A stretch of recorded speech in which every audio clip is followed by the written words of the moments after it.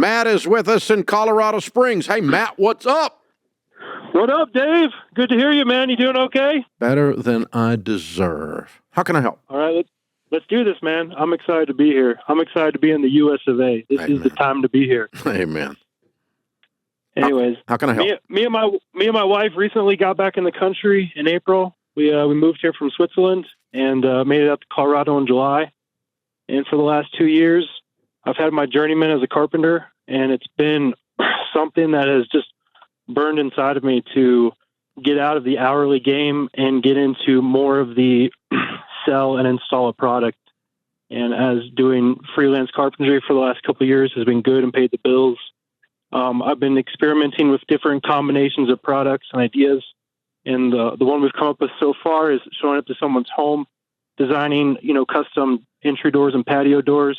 And with that comes a new territory I don't quite, I haven't really experienced, which is having a product, marking it up, making a sale, and getting paid for the install. So my question comes into play moving forward.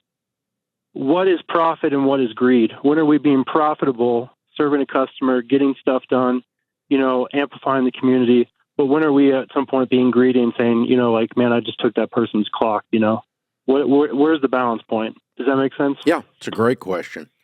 And my friend Rabbi Lappin wrote a wonderful book. He's an Orthodox Jewish rabbi called Thou Shalt Prosper. And in it, he says the basis of the book, there's 10 chapters, the 10 reasons that Jewish people have had a tendency to inordinately prosper at any time in history in almost any community. They seem to have an economic advantage, and it's not because of breeding or DNA or anything else. It's because of belief systems. And one of the items in that book is he says you cannot win at something, you cannot become successful at something. There's too much cognitive dissonance if you believe what you're doing to be morally wrong.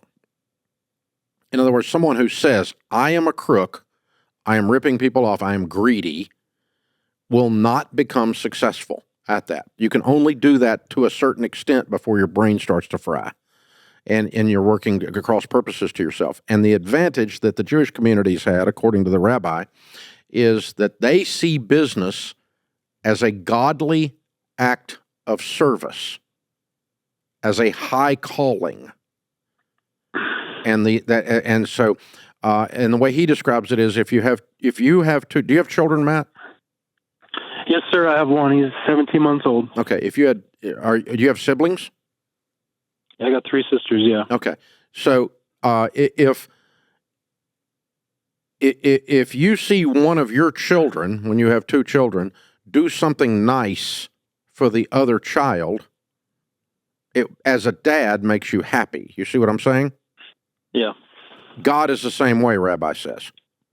Mm-hmm. It makes God happy when one of us do something nice for the other. Now, something nice is not screwing somebody. It's not stealing from them. It's the guy wanted an artisan door put in his $14 million house, and you created this amazing experience of the creation of the door, the installation of the door, and the door, even though it's a lot of money to Matt, is a small percentage of the $14 million house and a really small percentage of the billionaire's life that ordered the door. So while it feels like a lot of money to you, it is not like buying a biscuit for that guy. Mm-hmm. So you served him. He's in love with the door, the experience of working with you because you showed up when you said you would. The door works. It's beautiful. His wife likes it. Even the freaking decorator likes it. Oh, my God, everybody's happy here.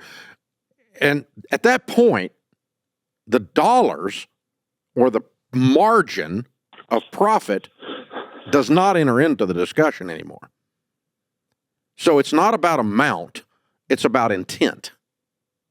Okay. Another way of looking at it is this. Larry Burkett, who used to teach biblical finance, used to say, there's only one difference between saving and hoarding. It's not the amount of money. It's the intent.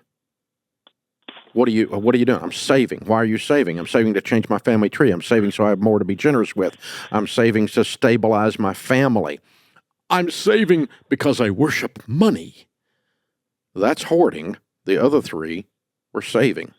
You follow me? It's not an amount. Yeah. So your amount of profit does not dictate greed. Your intent dictates greed. Am I here to take advantage of someone? That's greed. Am I here to take them to the cleaners? That's greed. Am I here to get all I can get out of them? That's greed. No, I'm here to serve them. And then, as Rabbi says, he's got another great saying. He said, they're going to give you certificates of appreciation for the service with presidents' faces on them. So what's the most money you guys have ever made in your life in 1 year? It was right before we moved, and we were both working. I think in U.S. dollars, it came out to around 115. Cool. Where were you in Switzerland? We were just south of Bern. So you know where Interlaken is? Yep. There's 2 lakes. It's in between the 2 lakes. We were at the top of the first lake. It's called Thun. Yep. That's where we were at. I've been there. Yeah. Okay. So right between those 2, if I recall, there's a 5-star dining experience. Okay. Yeah. Keep going. And it's like, if I remember, Sharon and I dropped like $1,000 for the 2 of us in there one night. Okay. And there's a lot of fine dining in Switzerland, by the way. Unbelievable food experiences. And so when I went in and dropped $1,000, my wife and I, on a special trip we were doing, enjoying that wonderful country of Switzerland. It's a fabulous trip, by the way. And and then the waiter came and made the experience super special by the way she took care of the table. Her knowledge of the wines, her knowledge of every plate that was brought in front of us. It was as much an experience as it was a feeding. You know what I'm saying? Mm-hmm.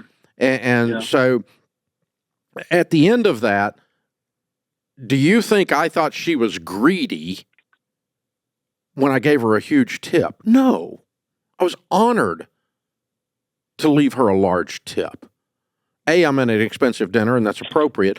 B, her service was world class, so much so I'm talking about it. And that was like 6 years ago.